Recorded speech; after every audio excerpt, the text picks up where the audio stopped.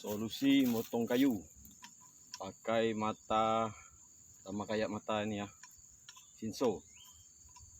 Nah, kayak mata Shinso ya. Coba ya.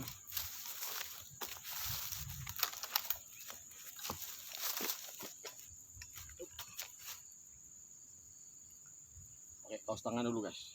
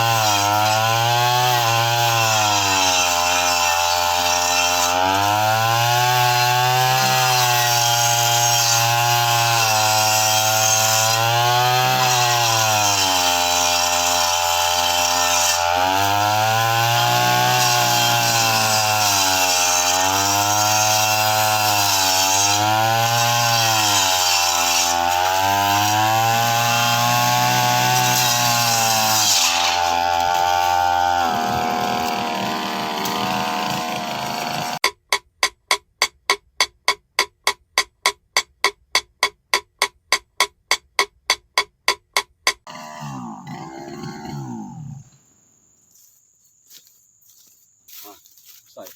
Pakai kacamata ya, enggak kena mata nih, bersihkannya. Hasilnya seperti ini.